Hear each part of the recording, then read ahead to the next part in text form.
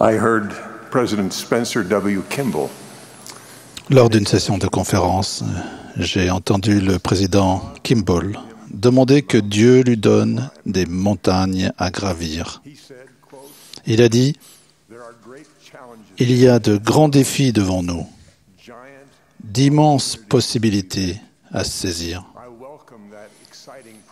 Je suis heureux de cette perspective passionnante et j'ai envie de dire au Seigneur humblement, « Donne-moi donc cette montagne, donne-moi ces difficultés. »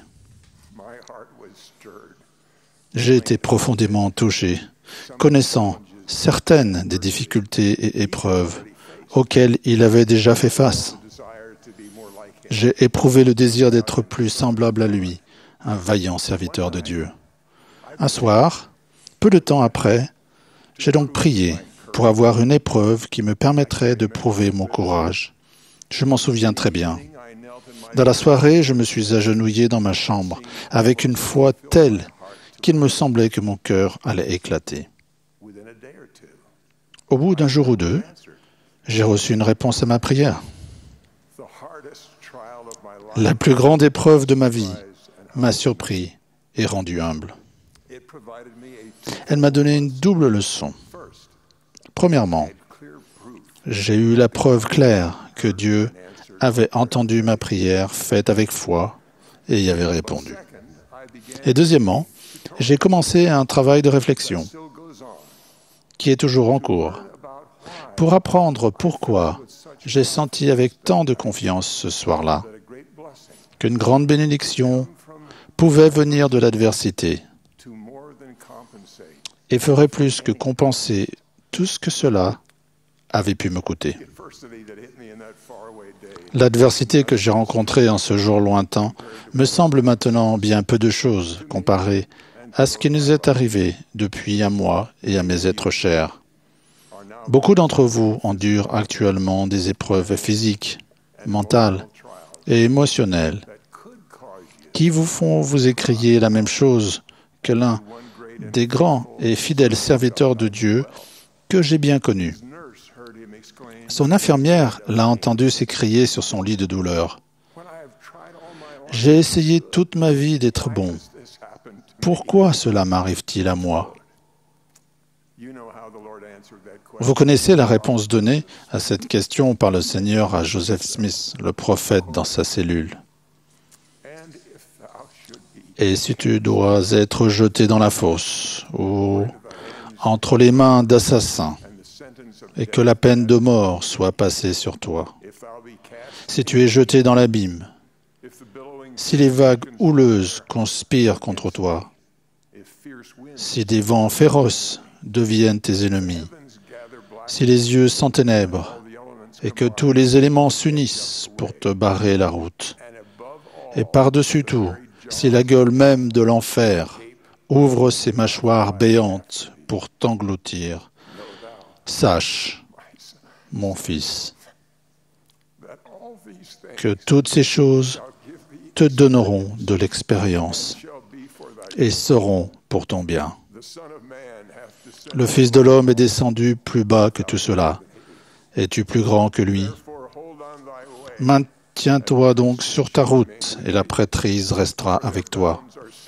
Car leurs limites sont fixées. Ils ne peuvent pas passer. Tes jours sont connus et tes années ne seront pas diminuées. C'est pourquoi ne crains pas ce que l'homme peut faire, car Dieu sera avec toi pour toujours et à jamais. Il me semble qu'il n'y a pas de meilleure réponse à la question « Pourquoi les épreuves arrivent-elles et que devons-nous faire ?» que les paroles du Seigneur lui-même, qui a été plus terriblement éprouvé pour nous qu'on ne peut l'imaginer. Vous vous souvenez de ces paroles, quand il nous a conseillé de nous repentir parfois en lui. « Je te commande de te repentir. Repens-toi de peur que je ne te frappe du sceptre de ma parole, de ma fureur et de ma colère, et que tes souffrances ne soient atroces. Et tu ne sais pas combien elles sont atroces. Tu ne sais pas combien elles sont extrêmes. Oui, Tu ne sais pas combien elles sont dures à supporter, car voici, moi Dieu, j'ai souffert ces choses pour tous, afin qu'ils ne souffrent pas s'ils se repentent. Mais s'ils ne se repentent pas, ils doivent souffrir tout comme moi. Et ces souffrances m'ont fait trembler de douleur, moi, Dieu le plus grand de tous, et elles m'ont fait saigner à chaque pore, et m'ont fait souffrir de corps et d'esprit. Et j'ai voulu ne pas devoir boire la coupe amère, mais je n'ai pas voulu non plus me dérober. Néanmoins, gloire soit au Père, j'ai bu et j'ai terminé tout ce que j'avais préparé pour les enfants des hommes. Vous et moi avons foi que la façon de dépasser ces épreuves est de croire qu'il y a un baume en Galade et que le Seigneur a promis « Je ne t'abandonnerai pas ». C'est ce que le président Monson nous a enseigné pour nous aider, nous et ceux que nous servons, quand il nous semble que nous devons endurer seuls des épreuves écrasantes. Mais le président Monson nous a aussi sagement enseigné qu'il faut du temps pour poser les fondements de la foi, en la réalité de ses promesses. Vous avez peut-être vu le besoin de ces fondements au chevet de quelqu'un prêt à abandonner le combat et de ne pas persévérer jusqu'à la fin.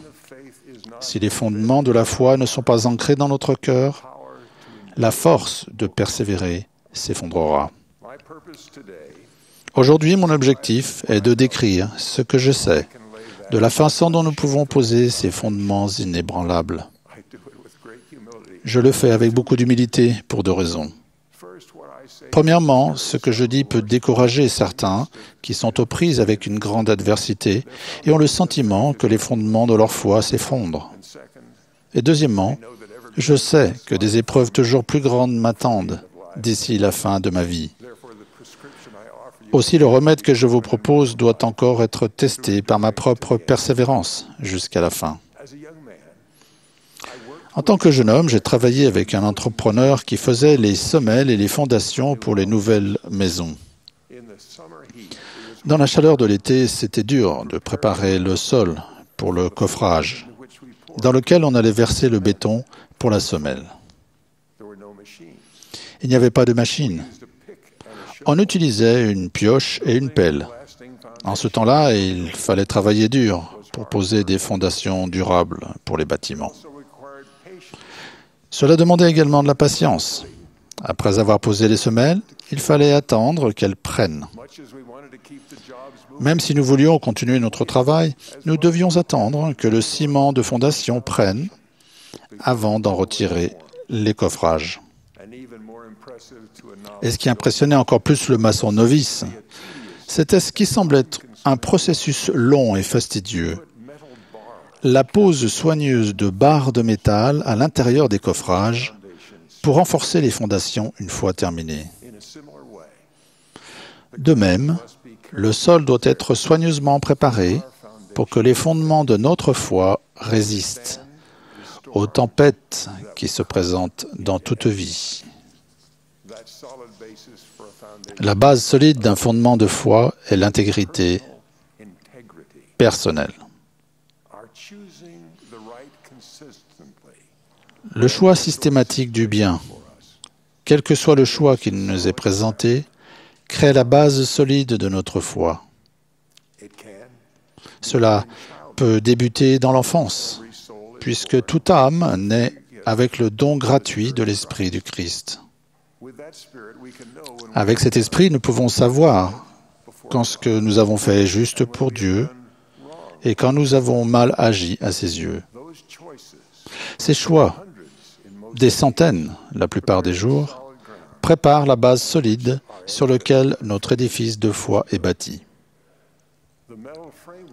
La structure métallique autour de laquelle la substance de notre foi est versée est l'évangile de Jésus-Christ, avec toutes ses alliances, ses ordonnances et ses principes. L'une des clés d'une foi durable est de juger correctement le temps de prise nécessaire. C'est pour cela qu'il n'était pas sage que je prie si tôt dans ma vie.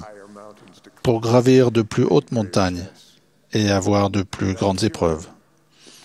La prise ne vient pas automatiquement avec le temps qui passe, même s'il faut du temps. Il ne suffit pas de prendre de l'âge. C'est servir continuellement Dieu et les autres de toute son âme et de tout son cœur qui fait du témoignage de la vérité une force spirituelle inébranlable. J'aimerais maintenant encourager ceux qui sont au milieu d'épreuves difficiles, qui ont le sentiment que leur foi faiblit sous les assauts de l'adversité. L'adversité elle-même peut être le moyen de vous fortifier et de vous donner au bout du compte une foi inébranlable. Moroni, le fils de Mormon dans le livre de Mormon, raconte comment cette bénédiction peut se produire. Il enseigne la réalité douce et simple, que le fait d'agir, ne serait-ce qu'avec un brin de foi, permet à Dieu de la faire grandir. Et maintenant, moi, Moroni, je voudrais parler quelque peu de ces choses. Je voudrais montrer au monde que la foi, ce sont les choses qu'on espère et qu'on ne voit pas. C'est pourquoi ne contestez pas parce que vous ne voyez pas, car vous ne recevez le témoignage qu'après la mise à l'épreuve de votre foi. Car c'est par la foi que le Christ se montra à nos pères lorsqu'il fut ressuscité d'entre les morts, et il ne se montra à eux que lorsqu'ils eurent foi en lui.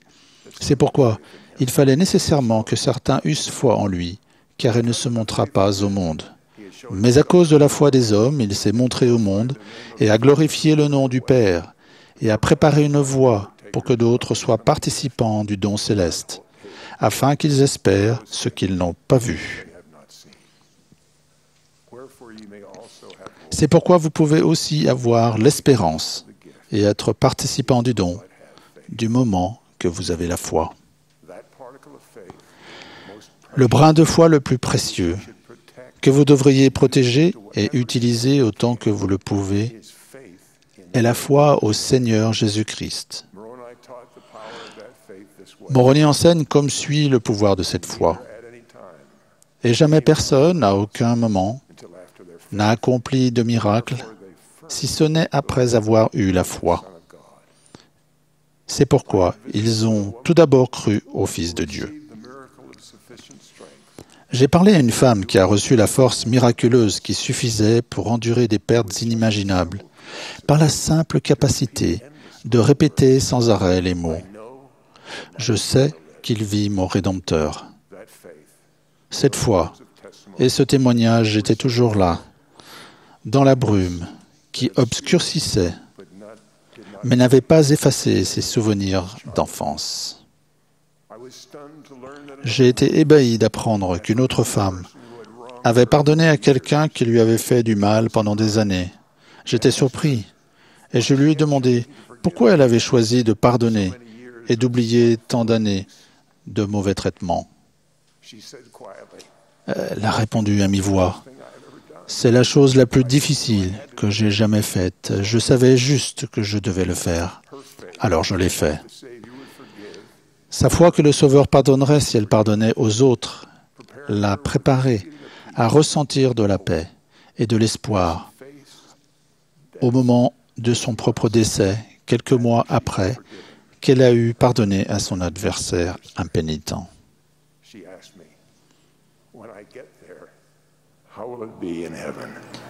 Elle m'a demandé comment ça sera quand j'arriverai au ciel.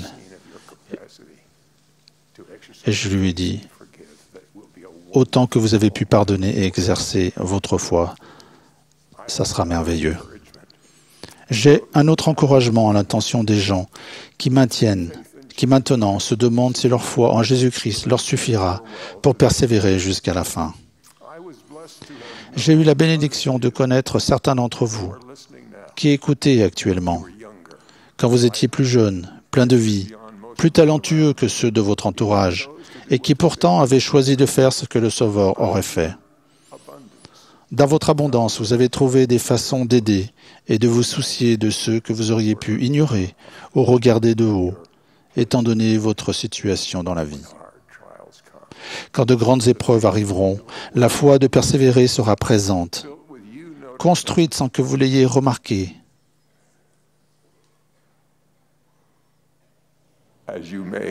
Quand vous agissiez avec l'amour pur du Christ,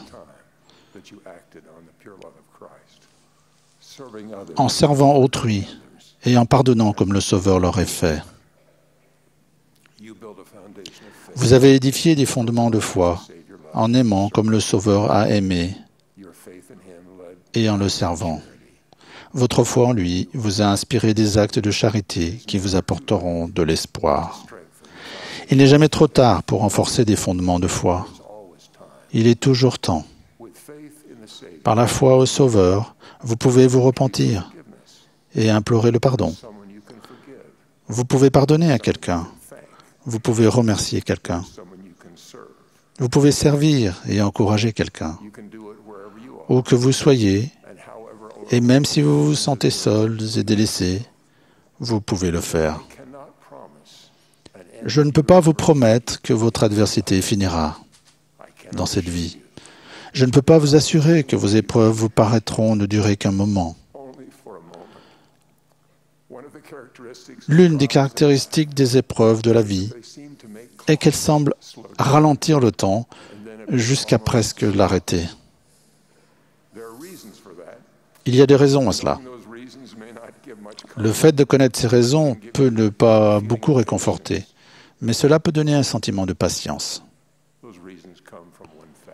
Ces raisons viennent toutes de ce même fait. Dans leur amour parfait pour vous, notre Père Céleste et le Sauveur veulent que vous soyez façonnés pour être avec eux dans une famille éternelle. Seuls les gens qui seront parfaitement purifiés et changés par l'expiation de Jésus-Christ seront là. Ma mère a combattu le cancer pendant près de 10 ans. Entre autres épreuves, elle a connu les traitements, les opérations et enfin l'alitement. Je me souviens de ce qu'a dit mon père quand il l'a regardé rendre son dernier soupir. Une petite fille est rentrée à la maison se reposer.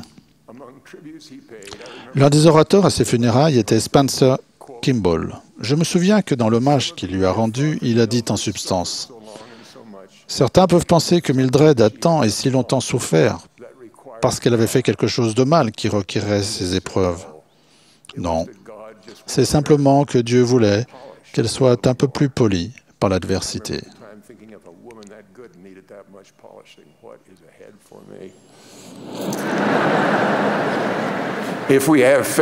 Si nous avons la foi en Jésus-Christ, les moments les plus difficiles, comme les plus faciles de la vie, peuvent être une bénédiction. En toutes circonstances, nous pouvons choisir le bien avec l'aide de l'Esprit. Si nous le choisissons, nous avons l'Évangile de Jésus-Christ pour donner forme à notre vie et la guider. Et avec des prophètes qui nous révèlent notre place dans le plan du salut, nous pouvons vivre avec une parfaite espérance et un sentiment de paix. Nous n'aurons jamais aucune raison de nous sentir seuls ou mal aimés au service du Seigneur, parce que nous ne le sommes jamais. Nous pouvons ressentir l'amour de Dieu. Le Sauveur a promis que des anges à notre droite et à notre gauche nous soutiendront. Il tient toujours ses promesses. Je témoigne que Dieu le Père vit et que son Fils bien-aimé est notre Rédempteur. Le Saint-Esprit a confirmé la vérité pendant cette conférence. Il le fera encore si vous la recherchez, en écoutant et en étudiant plus tard les messages des serviteurs autorisés du Seigneur qui sont ici. Le président Munson est le prophète actuel du Seigneur pour le monde entier. Le Seigneur veille sur nous. J'en témoigne.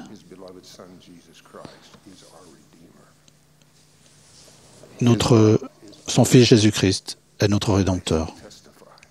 J'en témoigne. En son nom, au nom de Jésus-Christ. Amen.